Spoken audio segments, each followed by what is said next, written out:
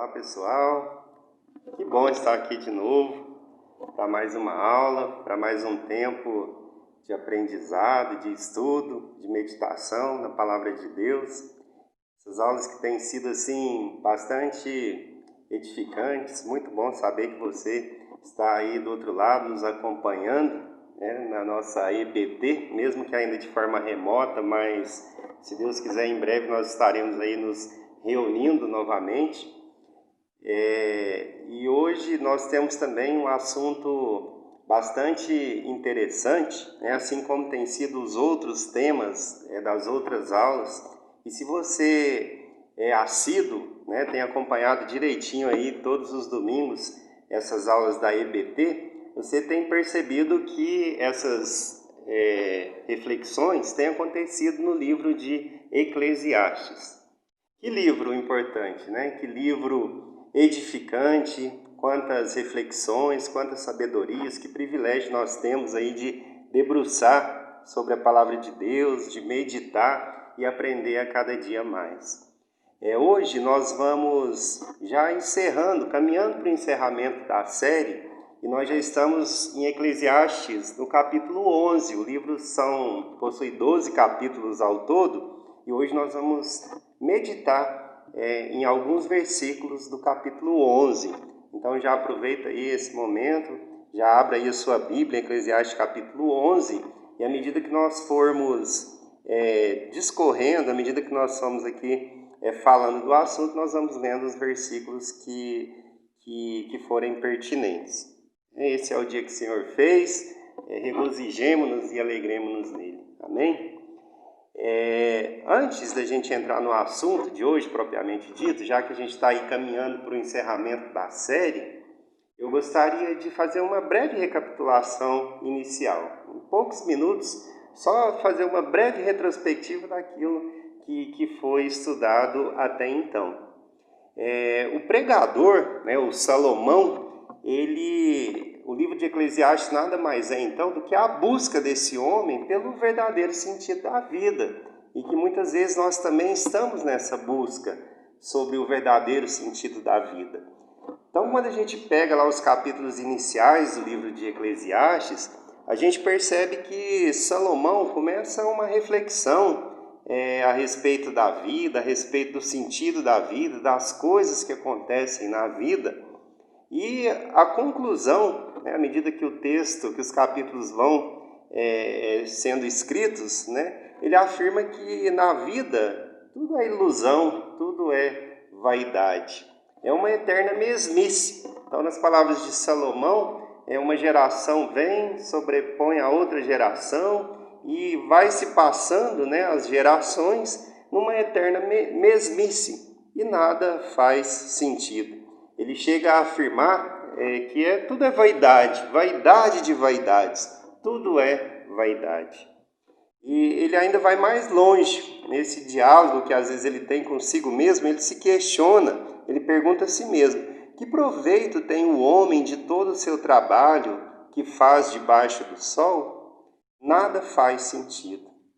Então Salomão, continuando essa busca aí no sentido da vida, ele faz também alguma reflexão a respeito do saber. Quem sabe talvez o sentido da vida esteja no conhecimento, na sabedoria, em se buscar conhecimento, em conhecer a respeito dos assuntos da vida, em conhecer a respeito das coisas.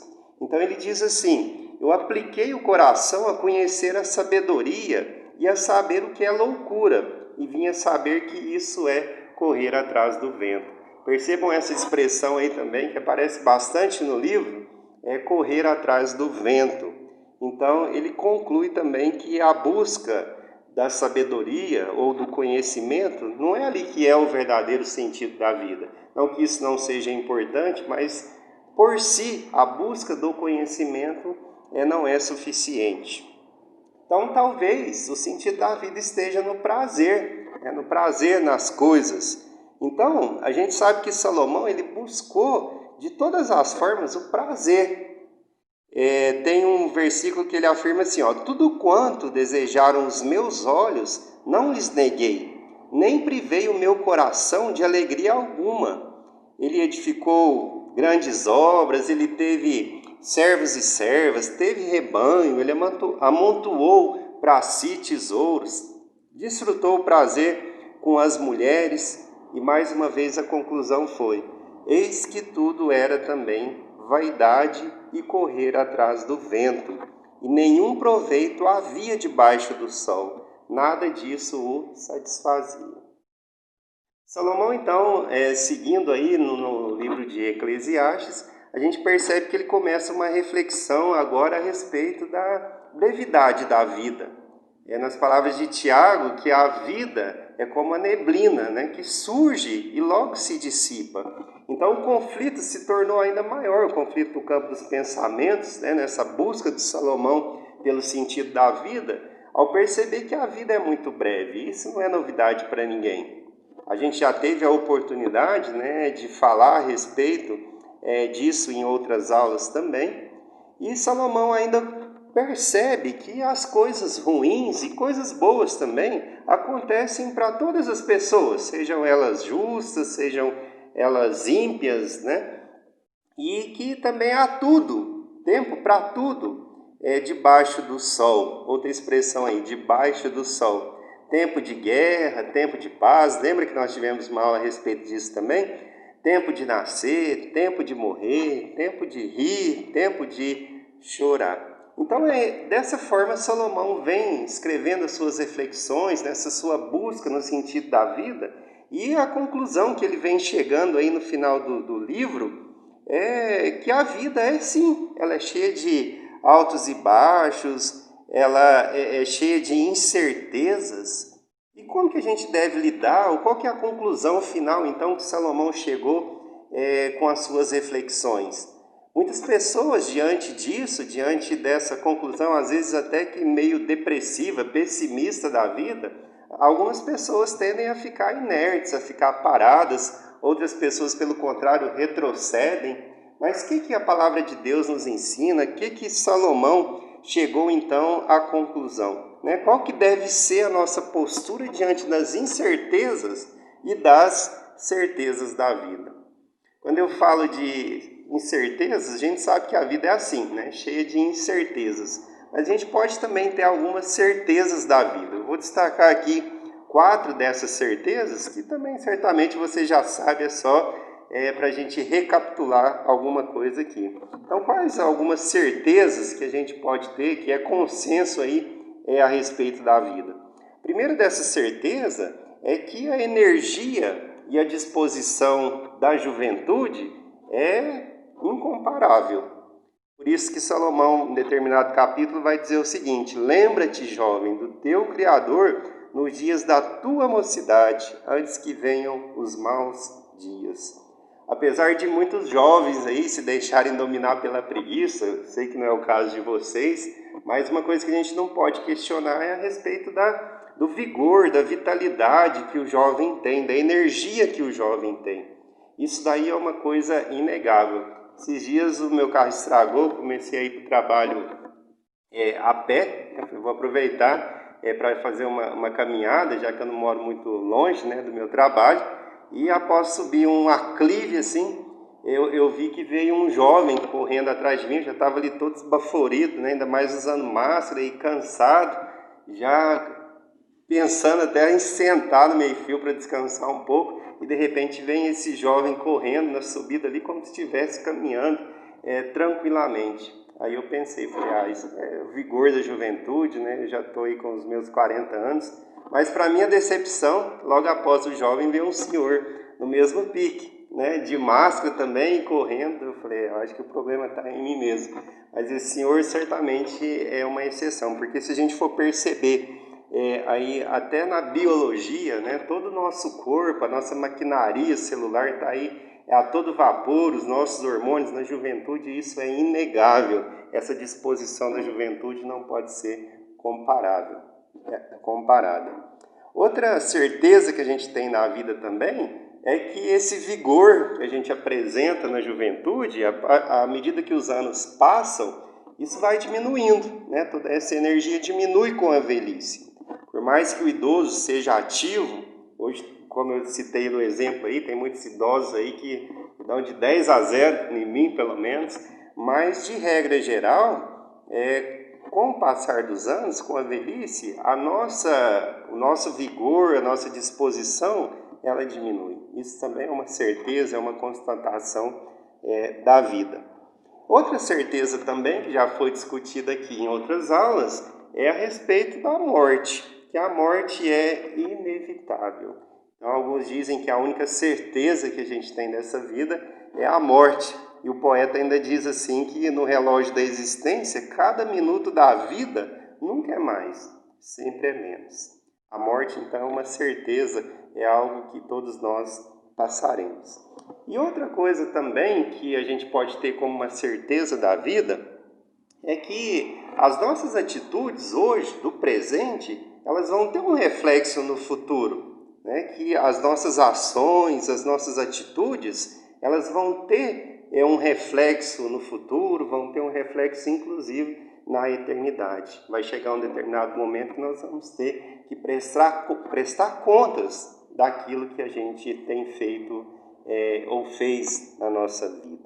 Então são essas 4 verdades, que são inegáveis. A energia da juventude, que essa energia diminui com a idade, a morte como sendo inevitável e também que um dia nós teremos que prestar conta de todas as nossas atitudes. O grande problema, pessoal, é que na juventude a gente está tão focado nessa primeira característica, nessa primeira certeza de energia, de vigor, de força, a gente quer fazer várias coisas ao mesmo tempo, é que a gente acaba se esquecendo das outras 3.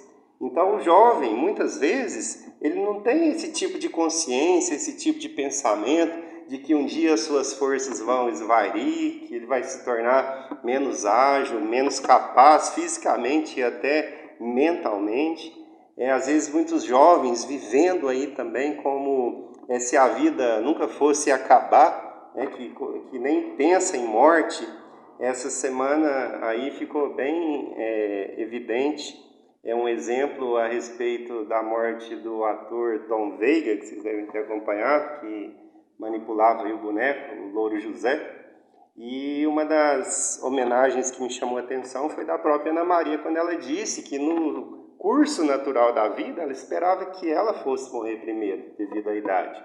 Mas essas imprevisibilidades da vida, a vida se torna imprevisível e muitas vezes as coisas não acontecem da forma que a gente espera que aconteça. E também os jovens vivendo sem a consciência que vamos colher, que ele vai colher aquilo que ele tem plantado hoje. Eles estão vivendo, segundo uma expressão latina que diz carpe diem, aproveite o momento, desfrute a vida sem pensar no amanhã.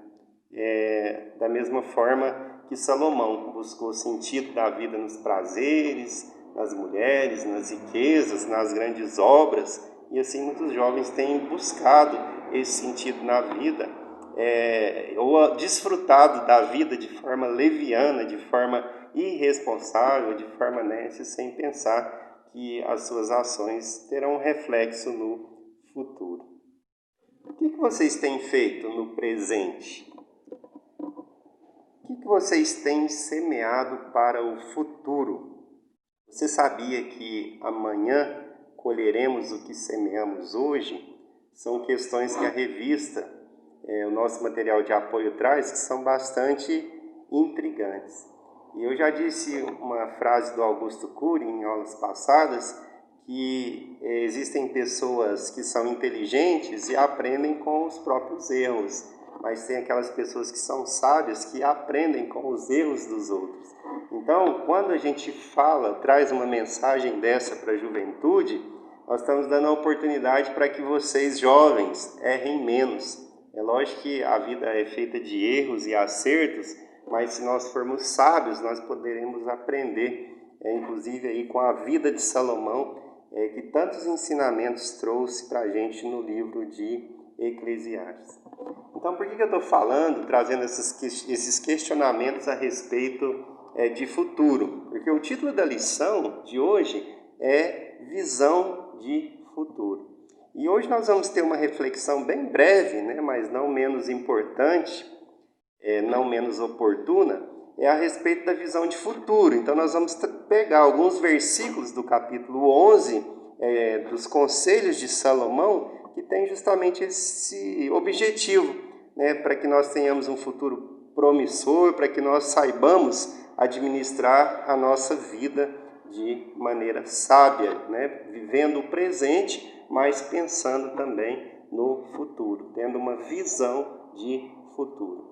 Então, você que já abriu aí no capítulo 11, nós vamos ler o versículo 1, 2 e também o versículo 6. Diz assim a palavra do Senhor: Lança o teu pão sobre as águas, porque depois de muitos dias o acharás.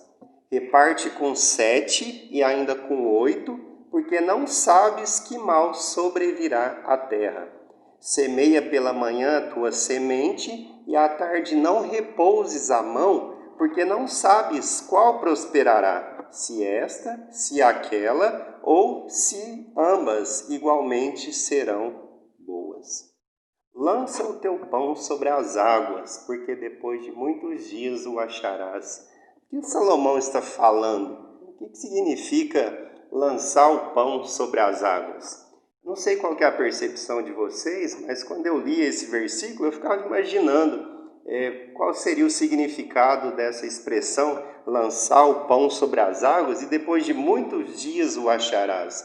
Parece algo que não combina. Eu imaginava lançando pão, falei, no mínimo a correnteza levaria esse pão, né? E de que maneira depois eu acharia de volta esse pão? Ou então esse pão seria esfacelado, né, ali na água e jamais poderia encontrá-lo novamente. Eu achei alguns significados interessantes para essa expressão e lançar o pão sobre as águas, no contexto aqui de Eclesiastes, significa enviar, mandar embora, deixar ir. E tem três interpretações, três significados aqui dessa expressão que eu achei bastante interessante, gostaria de compartilhar com vocês.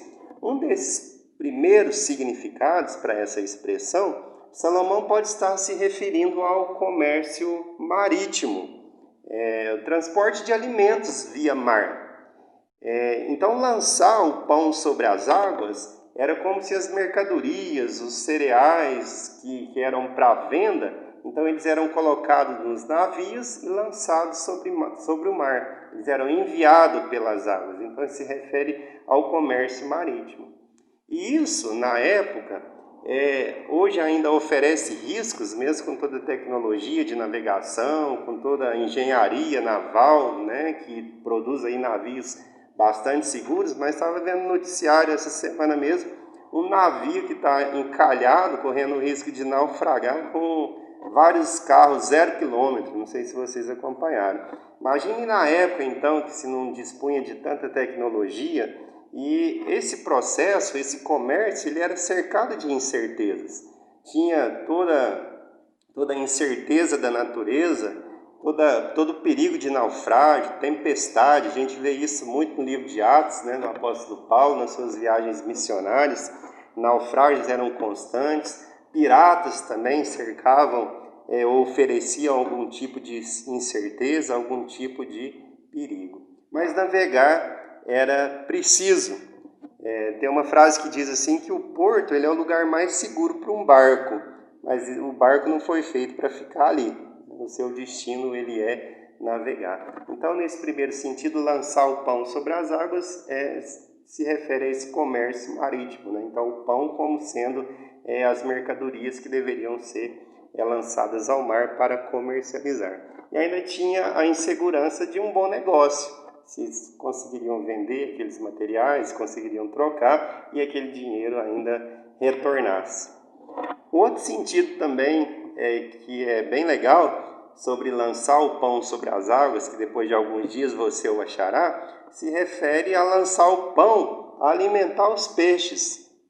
Mas jogar o pão para que ele sirva de alimento aos peixes. Mas e depois? Como que eu vou resgatar esse pão? Através da pescaria. Então, os peixes se alimentam do pão e depois, através da pesca, você teria então um retorno daquele ato que você fez de lançar é o pão sobre as águas. E um terceiro significado também, que também pode ser encaixado aí no contexto de Eclesiastes, o pão pode ser a semente, uma semente de trigo, de cevada, por exemplo. Os agricultores da época, uma região muito árida, e até hoje a gente sabe que a terra é muito seca, ela é dura para arar. Então os agricultores, eles tinham que semear, plantar as sementes nos momentos de chuva, que não eram bem frequentes, né? Chovia 2 vezes por ano, entre março e abril, depois só em outubro. Então eles aproveitavam as cheias ali, as enchentes, as inundações para poder arar a terra, para poder lançar a semente no momento em que a terra então estaria mais propícia, mais mole para poder lançar a semente.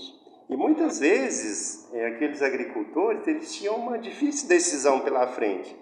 Como às vezes não haviam muitas sementes, ou eles tinham que reter aquelas sementes para produzir farinha, para produzir pão, ou então lançar a sorte, para poder depois, no tempo propício, fazer a colheita dessa semeadura. Então, como eu disse, era uma decisão difícil, porque qualquer problema, se essa semeadura não obtivesse êxito, logicamente sobreviriam então tempos de fome. Eu não sei dizer exatamente, exegeticamente, qual dessas 3 significados ou qual dessas 3 interpretações seriam mais viáveis, mas de qualquer forma, elas têm uma mensagem para nós. Em outros termos, o que Salomão está dizendo a respeito de lançar o pão sobre as águas? É como se ele dissesse assim para a gente: ei, não fique aí parado, né? Lança o seu pão, saia dessa inércia.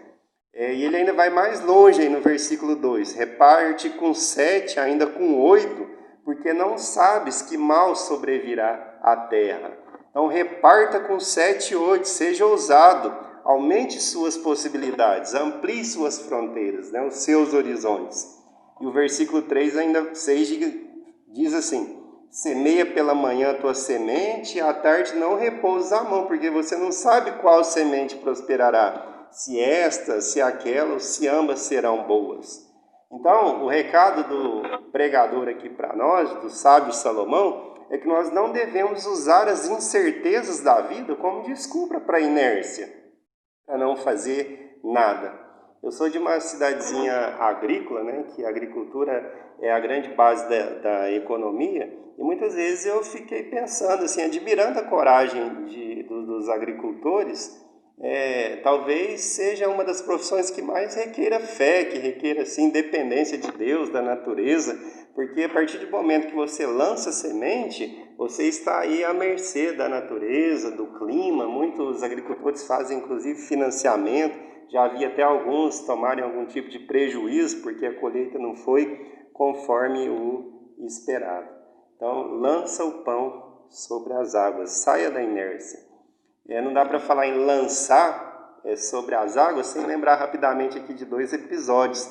Depois, se você quiser ler lá em Lucas 5, que traz aquela passagem quando os discípulos e outros pescadores estavam ali na beira da praia, né, na areia, lavando azeites, porque tinham passado a noite toda tentando pescar e não tiveram êxito. Aí Jesus chega e manda lançar a rede para o outro lado. Simão Pedro afirma, né, que ela traz aquela expressão bastante famosa: sobre a tua palavra lançarei a rede. Nós sabemos que o resultado foi uma pesca maravilhosa, né? Pedro não lançou a rede, não ficou inerte pensando nas adversidades. E também nós não podemos falar de lançar sobre as águas sem lembrar de Joquebede, que foi a mãe de Moisés. Está relatado lá em Êxodo, capítulo 2, quando o faraó mandou matar os filhos das hebreias, né, com medo que o povo hebreu se tornasse numeroso e talvez trouxesse algum tipo de perigo ali para os egípcios. Joquebede colocou seu filho no cestinho e o resto da história a gente sabe. Ela também teve ali uma atitude de fé, de lançar sobre as águas, acreditando que daria certo, confiando em Deus. Então, trazendo algumas aplicações para nós, qual que é o seu pão hoje? Que sementes que você tem nas mãos? Quais são seus planos e sonhos para o futuro? Reflita aí, pensa quais são as sementes que você tem para lançar, qual é o pão que às vezes você está retendo com algum tipo de receio de lançar. Só algumas possibilidades que a revista traz para nós, talvez o vestibular, a escolha de uma profissão, mercado de trabalho, ingresso no mercado de trabalho, desafio então do primeiro emprego, casamento, o seu ministério. São exemplos de decisões que o jovem precisa tomar. Certamente você já se lembrou aí daquilo que você precisa, então, tomar uma atitude e lançar sobre as águas. O que tem impedido você de agir? Quais são os seus medos? Quais que são as suas incertezas? Então, a palavra que nós lemos aqui nos ensina e nos encoraja justamente isso, a não ficar parado.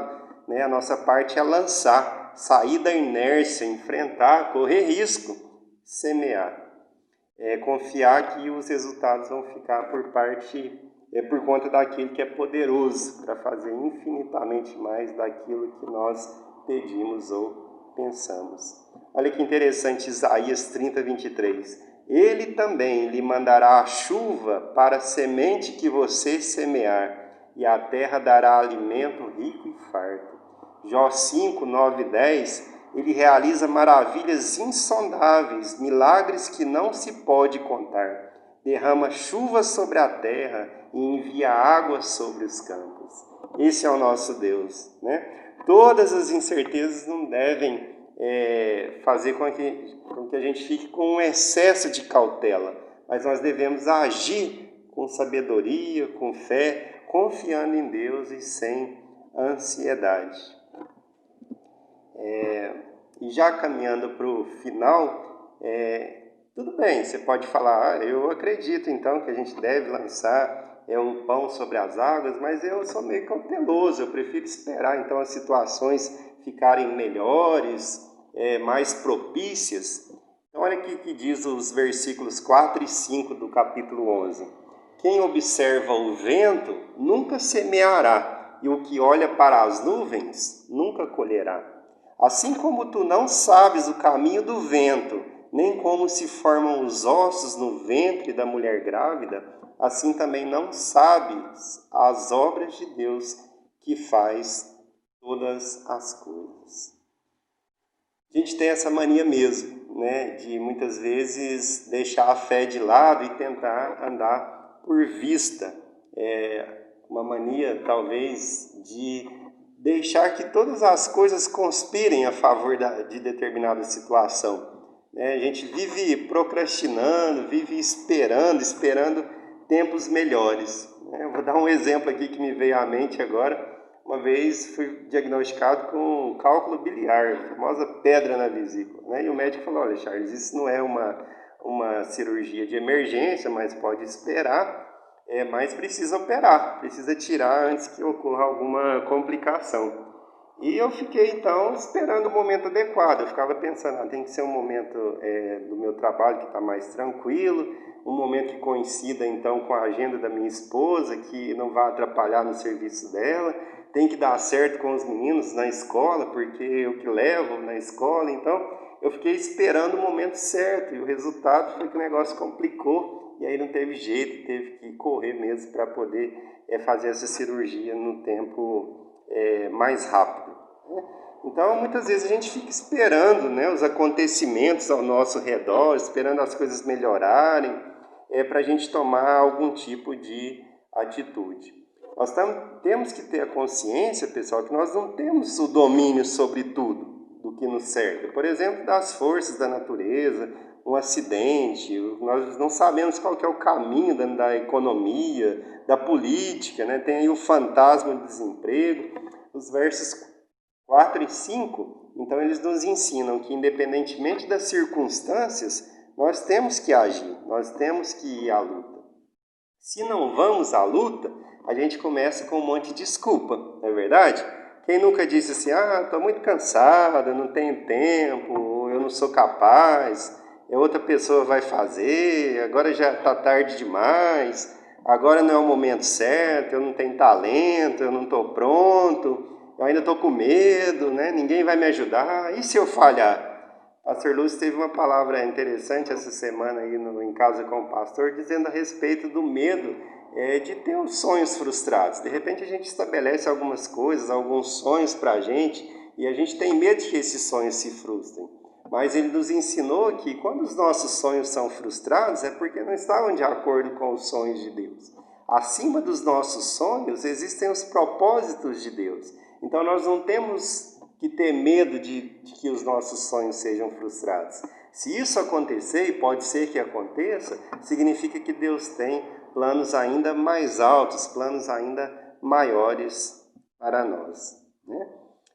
Então, se nada for feito, se a gente não tomar uma atitude, mesmo não enxergando ou não tendo domínio sobre todas as circunstâncias, sobre todas as variáveis, a gente vai ficar, então, inerte. Dificilmente nós vamos sair da nossa zona de conforto.